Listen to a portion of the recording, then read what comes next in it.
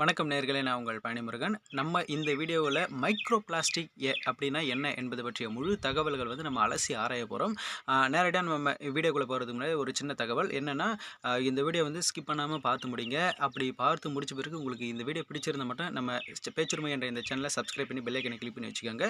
இப்போ வீடியோக்குள்ளே போகலாம். உலக அளவில் இருக்கிற பிரச்சனைகளில் காற்று மாசுபாடு ஒன்று இருக்குது. அதோட உணவுப் பொருள்களில் வந்து ரசாயன பொருள்கள், அதாவது கெமிக்கல் வந்து கலப்படம் பண்ணுறாங்க. இது ஒரு பிரச்சனையா பார்க்கப்படுது. இது போன்ற நிறைய பிரச்சனைகள் இருக்கிற இந்த சூழ்நிலையில மைக்ரோ பிளாஸ்டிக் என்ற ஒரு பிரச்சனை வந்து இப்போ முக்கியமான பிரச்சனையா பேசும் பொருளா வந்து மாறி இருக்கு. அப்படி மைக்ரோ பிளாஸ்டிக்னா என்ன? எப்படி அது உருவாகுது என்பது பற்றி முதல்ல வந்து நம்ம பார்க்கலாம்.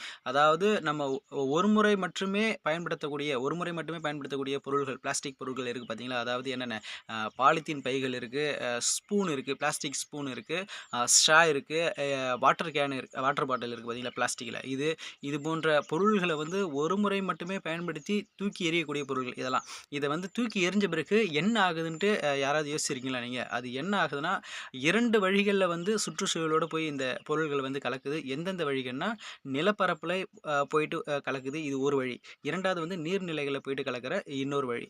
நிலப்பரப்புலையும் நீர்நிலைகளையும் நிலப்பரப்பில் பார்த்தீங்கன்னா கழிவுகளாக, அதாவது பிளாஸ்டிக் குப்பைகளாக போய் சேருது. இதே குப்பைகள் நீர்நிலைகளின் மீது மேற்பரப்பில் வந்து போய் குப்பைகளாக போய் சேரும். இது வந்து 2வது வழி. இந்த குப்பைகள், பிளாஸ்டிக் குப்பைகள் வந்து என்ன ஆகுனா, நாளடைவில் சூரிய ஒளி வந்து இதன் மீது படும்போது இந்த பொருள்கள் வந்து ஹீட் ஆகி, அதாவது வெப்பமாகி, இந்த பொருள்கள் வந்து சிறு சிறு துகள்களாக உடைய ஆரம்பிக்கும். இப்படி உடைஞ்ச இந்த துகள்கள் என்ன ஆகுனா, நீரோட்டத்தின் காரணமாகவும் அதேமாரி நீர் பரப்பில் ஏற்படுற அலைகள் காரணமாகவும் பார்த்தீங்கன்னா, இந்த துகள்கள் வந்து நீர்நிலைகளில் வந்து கலக்க ஆரம்பிக்கும். அதேமாரி நிலப்பரப்புலையும் இந்த துகள்கள் வந்து மழை பெய்யும் போது இந்த மழையில் வந்து இந்த மைக்ரோ பிளாஸ்டிக் வந்து கலந்து நிலத்தடி நீரோடு போய் சேரும். இந்த துகள்கள் வந்து எந்த அளவுக்கு இருக்குன்னு பார்த்தீங்கன்னா, கண்ணுக்கே தெரியாத அளவுக்கு இந்த துகள்கள் வந்து இருப்பதனால தான் இதுக்கு வந்து மைக்ரோ பிளாஸ்டிக் அப்படின்னு சொல்கிறாங்க. இந்த நிலத்தடி நீரில் போய் கலக்கிற இந்த பிளாஸ்டிக் பொருட்கள் பார்த்திங்கன்னா, மீண்டும் வந்து நம்மளுடைய விவசாயத்துக்கு தண்ணி வந்து மேலே கொண்டு வரல, கிணற்றின் மூலமாகவோ ஆழ்துளை கிணறு மூலமாகவோ மேலே கொண்டு வந்து நம்ம குழாய்கள் மூலமாக பிடிச்சி நம்ம குடிக்கிறோம். நம்மளுடைய உடலுக்கும் இந்த மைக்ரோ பிளாஸ்டிக் போகுது. இந்த காற்றிலையும் வந்து இந்த மைக்ரோ பிளாஸ்டிக் இருக்குதுன்னு சொல்லியிருக்காங்க. அதனால் வந்து நம்மளுடைய உடலுக்குள்ளே போகுதுன்னு சொல்லியிருக்காங்க. இதை பற்றி பின்னாடி பார்க்கலாம். அடுத்து வந்து இந்த நீர்நிலைகளில் கலக்கிற இந்த மைக்ரோ பிளாஸ்டிக் வந்து எங்கே போகுதுன்னா, இந்த ஆறுகள் மூலமாக இருக்கிற இந்த பிளாஸ்டிக் பொருள் வந்து கடலில் போய் கலக்குது. இதனால் இந்த மைக்ரோ பிளாஸ்டிக் வந்து கடல்லையும் வந்து பரவி இருக்குதுன்னு சொல்லியிருக்காங்க. இதை பற்றியும் பின்னாடி பார்க்கலாம்.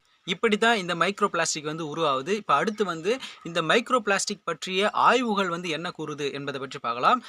இந்த மைக்ரோ பிளாஸ்டிக் வந்து அதிகரிப்பதற்கான காரணம் வந்து சொல்கிறாங்க என்னென்னா, 1950 பார்த்தீங்கன்னா 1.5 மில்லியனாக இருந்த ஒரு முறை மட்டுமே பயன்படுத்தக்கூடிய பிளாஸ்டிக் பொருட்களுடைய அளவு பார்த்தீங்கன்னா, இப்போ 2022 வந்து 400 மில்லியன்களாக அதிகரிச்சு இருக்குது அப்படின்னு சொல்கிறாங்க. இது வந்து 2050 வந்து கிட்டத்தட்ட 33 பில்லியன்களாக அதிகரிக்கக்கூடும்னு சொல்கிறாங்க. அதே போல் இது ஒரு காரணம். இப்போ மைக்ரோ பிளாஸ்டிக் உருவாவதுக்கு இது ஒரு காரணம்னு சொல்கிறாங்க. அதே போல் கழிவு மேலாண்மையில் இருக்கிற மந்தநிலை காரணமாகவும் இந்த மைக்ரோ பிளாஸ்டிக் உருவாகுதுன்னு சொல்கிறாங்க. அது எப்படின்னா, பிளாஸ்டிக் பொருட்களுடைய மறுசுழற்சி சதவிகிதம் பார்த்தீங்கன்னா 9% தான். 9% மட்டும்தான் இருக்கிற பிளாஸ்டிக் குப்பைகளை வந்து மறுசுழற்சி செய்கிறாங்க.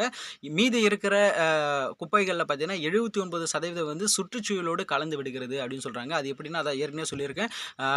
நிலத்திலையும் போய் குப்பைகளாக சேருது, நீர்நிலைகளிலும் போய் குப்பைகளாக சேருதுன்னு சொல்கிறாங்க. இந்த காரணங்களுக்காகத்தான் வந்து பார்த்தீங்கன்னா, இந்த மைக்ரோ பிளாஸ்டிக்குடைய அளவு வந்து அதிகரிக்குதுன்னு சொல்கிறாங்க ஒரு ஆய்வு.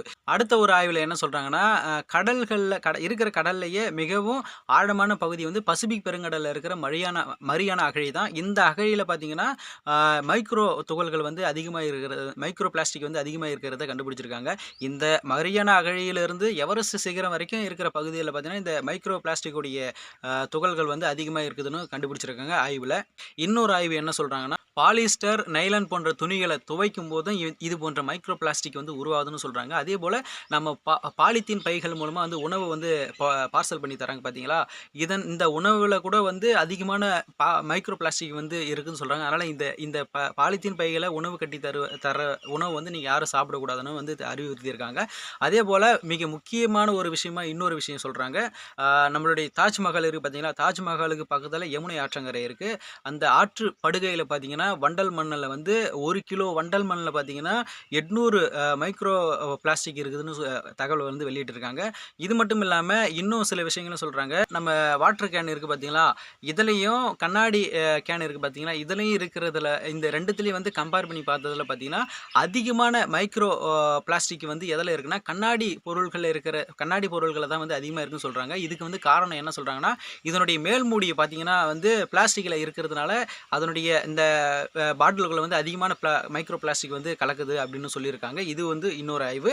அடுத்த ஆய்வு என்ன சொல்றாங்கன்னா, இதுதான் இந்த வீடியோவுடைய முக்கியமான மைய கருத்தா பார்க்கப்படுது. என்னன்னா, நம்மளுடைய ரத்தத்திலயும் உலகத்திலேயே மிக தூய்மையான பொருள்னு சொல்லக்கூடிய தாய்ப்பால்லையும், அது மட்டும் இல்லாம நம்மளுடைய நுரையீரல்கள்லயும் இந்த மைக்ரோ பிளாஸ்டிக் இருக்குதுன்னு சொல்றாங்க. அது எப்படின்னா, நான் ஏற்கனவே சொல்லியிருக்கேன். குடிநீர்ல வந்து அதாவது நிலத்தடி நீர்லேருந்து நம்ம நிலத்தடி நீர்ல வந்து மைக்ரோ பிளாஸ்டிக் கலந்திருக்கு. அத தான் நம்ம இந்த தண்ணீய நம்ம குடிக்கிறோம். இதன் மூலியமா வந்து நம்மளுடைய ரத்தத்திலயும் போயிட்டு இந்த மைக்ரோ பிளாஸ்டிக் வந்து கலக்குது. அதேபோல இந்த இந்த குடிநீர் மூலமாகத்தான் ரத்தத்தில் கலந்ததுனால இந்த ரத்தத்தின் மூலமாக வந்து தாய்ப்பாலில் வந்து இந்த மைக்ரோ பிளாஸ்டிக் கலக்குது. அப்போனா எந்த அளவுக்கு நுண்ணிய பொருளாக வந்து இந்த மைக்ரோ பிளாஸ்டிக் இருக்குதுன்னு நீங்கள் தெரிஞ்சுக்கோங்க. அடுத்து நுரையீரல்களில் வந்து எப்படி பிளாஸ்டிக் பொருள் இருக்குதுன்னு சொல்கிறாங்கன்னா, மைக்ரோ பிளாஸ்டிக் இருக்குதுன்னு சொல்கிறாங்கன்னா, காற்றுலேயும் வந்து இந்த மைக்ரோ பிளாஸ்டிக் வந்து கலந்துருக்கு. நம்ம சுவாசிக்கும் போது மூச்சுக்குழல் வழியாக வந்து நுரையீரலில் போய் கலக்குது அப்படின்னு சொல்லியிருக்காங்க. இதுதான் வந்து முக்கிய கருத்தாக வந்து பார்க்கப்படுது. அடுத்து இந்த மைக்ரோ பிளாஸ்டிக்கை வந்து எப்படி தடுக்கலாம் என்பதை பற்றி பார்க்கலாம். இந்த மைக்ரோ பிளாஸ்டிக் வந்து உலக அளவில் எல்லா இடங்கள்லையும் வந்து பரவிடுச்சு. இதை தடுக்கிறது ரொம்ப கஷ்டம்னு வந்து ஆய்வுகள் வந்து சொல்கிறாங்க. ஆனால் வந்து இந்த பிரச்சனைகளை வந்து குறைக்கலாம். இந்த மைக்ரோ பிளாஸ்டிக்குடைய அளவு வந்து குறைக்க முடியும் அப்படின்னு வந்து ஆய்வில் சொல்கிறாங்க. எப்படின்னா, பாலித்தீன் பைகளை வந்து கட்டி கொடுக்குற இந்த உணவுப் பொருள்கள் இருக்குது பார்த்தீங்களா, இந்த பிளாஸ்டிக் பொருள்களில் இருக்கிற உணவுப் பொருள்கள் எதையும் சாப்பிடக்கூடாதுன்னு சொல்லியிருக்காங்க. இது வந்து ஒரு வழி.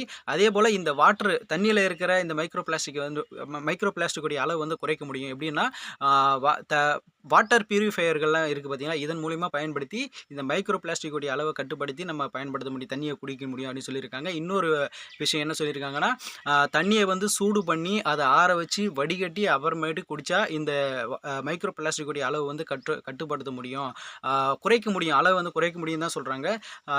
இந்த வழிகள் மூலியமாகத்தான் நம்ம இந்த மைக்ரோ பிளாஸ்டிக்குடைய அளவு வந்து கட்டுப்படுத்த முடியும்னு சொல்லியிருக்காங்க. இறுதியாக ஒரே ஒரு வழிமுறையை மட்டும் சொல்லியிருக்காங்க. இந்த மைக்ரோ பிளாஸ்டிக்கை கட்டுப்படுத்துவதற்கான வழிமுறையாக வந்து இது பார்க்கப்படுது. என்னன்னா, அரசாங்கம் வந்து இந்த மைக்ரோ பிளாஸ்டிக் பொருட்களுடைய உற்பத்தியை வந்து குறைப்பதற்கான கட்டுப்பாடுகளை வந்து விதிச்சா மட்டும்தான் இந்த மைக்ரோ பிளாஸ்டிக்குடைய அளவு வந்து இனிமேல் வந்து குறைக்க முடியுமே தவிர கட்டுப்படுத்த முடியாது. ஆனால் அரசாங்கம் எடுக்கிற முடிவு தான் இறுதியான முடிவு. அவங்களுடைய முடிவில் தான் இருக்குது. இந்த பிளாஸ்டிக் பொருளில் மைக்ரோ பிளாஸ்டிக் வந்து தடுப்பதற்கான வழியாக அது வந்து பார்க்கப்படுதுன்னு சொல்லி ஆய்வு அறிக்கையில் வந்து சொல்லி முடிச்சிருக்காங்க. நேர்களே, இந்த மைக்ரோ பிளாஸ்டிக் பற்றிய இந்த முழு காணொலியை நீங்கள் பார்த்துருப்பீங்க. இதை பற்றி உங்களுடைய கருத்துக்களை கமெண்ட் செக்ஷனில் தெரிவிங்க. இந்த வீடியோ உங்களுக்கு பிடிச்சிருந்தா இந்த வீடியோக்கு ஒரு லைக் கொடுத்துட்டு நம்ம சேனலை சப்ஸ்கிரைப் பண்ணி பெல் ஐக்கனை கிளிக் பண்ணி வச்சுக்கோங்க. மீண்டும் ஒரு அடுத்த வீடியோவில் சந்திக்கிறேன். நன்றி, வணக்கம்.